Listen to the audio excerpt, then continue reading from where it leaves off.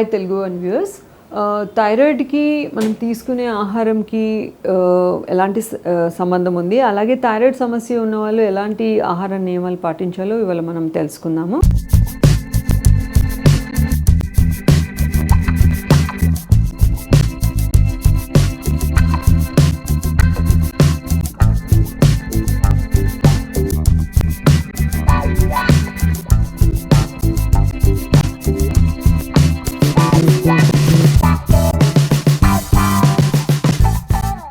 Thyroid సమస్య అంటే అందరికీ సేమ్ సమస్య ఉండదు.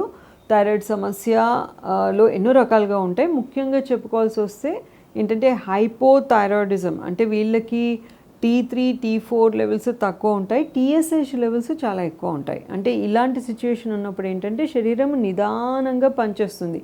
సహజంగా ఉండే వేగవంతంగా పనిచేయకుండా చాలా నిదానంగా పనిచేస్తుంది. కాబట్టి ఇలాంటి సమస్యతో బాధపడే వాళ్ళు, అంటే బరువు పెరిగిపోవడము, శరీరంలో కొవ్వు శాతం పెరగడము, చాలా అంటే డల్గా ఉండడము, హెయిర్ లాస్ అయిపోవడము, అంటే త్వరగా అలసిపోవడం అనేది జరుగుతూ ఉందన్నమాట. హైపర్ థైరాయిడిజం అంటే వాళ్ళకు ఉండాల్సిన లెవెల్స్ కంటే థైరాయిడ్ లెవెల్స్ ఎక్కువ ఉండడము, అంటే TSH తక్కువ ఉంటాయి, T3, T4 చాలా ఎక్కువ ఉంటుందన్నమాట.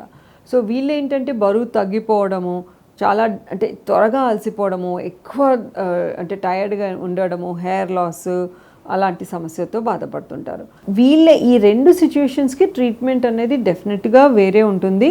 ఓన్లీ 6 ఆహారం మార్పు వల్ల థైరాయిడ్ సమస్యని అధిగమించవచ్చు అనేది కరెక్ట్ కానే కాదు. అవసరమైన నెససరీ అంటే మెడికేషన్స్ వాడడం కంపల్సరీ.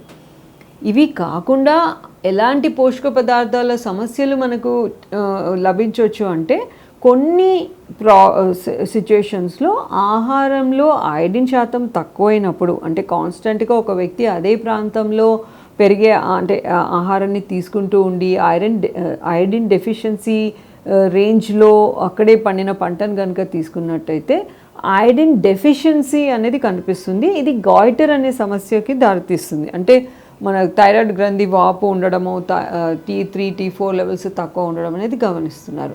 ఇలాంటప్పుడు ఇలాంటి ప్రాబ్లమ్స్ ఉన్నప్పుడు, అంటే చిన్నపిల్లల్లో చాలా ఎక్కువ సమస్యలు తలెత్తుతాయి, వాళ్ళకి IQ సమస్యలు అట్లాంటివి కూడా వస్తాయి. సో ఆ ప్రాబ్లమ్స్ ఉన్న మహిళల్లో ఇన్ఫర్టిలిటీ అట్లాంటి ప్రాబ్లమ్స్ కూడా ఎక్కువ ఉంటాయి. ఆ ప్రాబ్లం ఉండకూడదని government of India iron supply, అంటే ఐరన్ ఫార్టిఫైడ్ సాల్టే కంపల్సరీ అమ్మాలని మనకి నిబంధన ఉంది. కాబట్టి ఐరన్ ఫార్టిఫైడ్ సాల్ట్ మాత్రమే మనం వాడాలి. వాడినప్పుడు ఇలాంటి డెఫిషియన్సీ స్టేట్లో మనం ఉండవన్నమాట.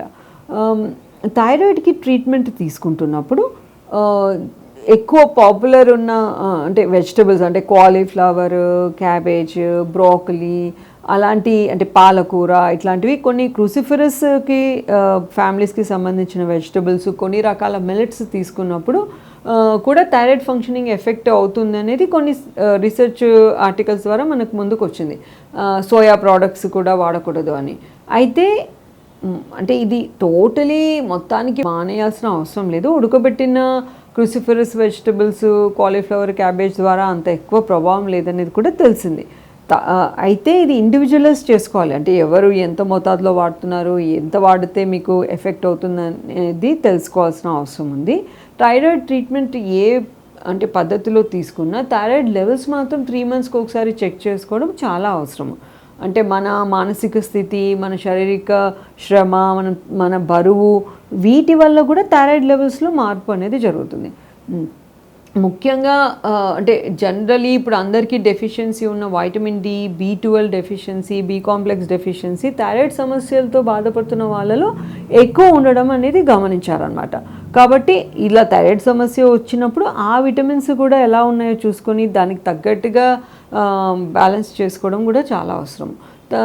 థైరాయిడ్ సమస్యలు ఉన్న వాళ్ళకి డయాబెటీస్, ఇన్ఫర్టిలిటీ లేకుంటే కార్డియాక్ ప్రాబ్లమ్స్ ఎక్కువ వచ్చే అవకాశం ఉండడం ద్వారా ఈ థైరాయిడ్ని నియంత్రణలో పెట్టుకోవడం చాలా అవసరము.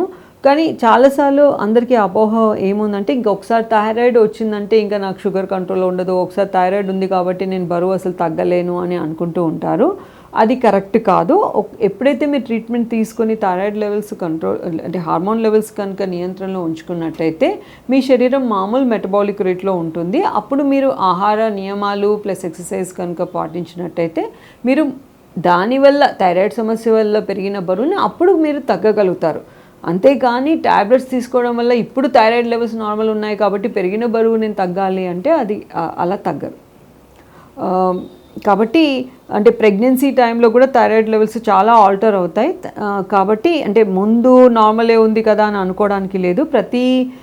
అంటే 3 నెలలకి థైరాయిడ్ లెవెల్స్ ప్రెగ్నెన్సీలో చేంజ్ అవుతూ ఉంటాయి కాబట్టి కంపల్సరీ చెక్ చేసుకోవాలి. అప్పుడు ప్రెగ్నెన్సీలో ఉన్న బరువుని కూడా మీరు నియంత్రణలో పెట్టుకోవచ్చు. బేబీ మీద నెగిటివ్ ప్రాబ్లమ్స్లో రాకుండా మీరు కేర్ఫుల్గా ఉండొచ్చు.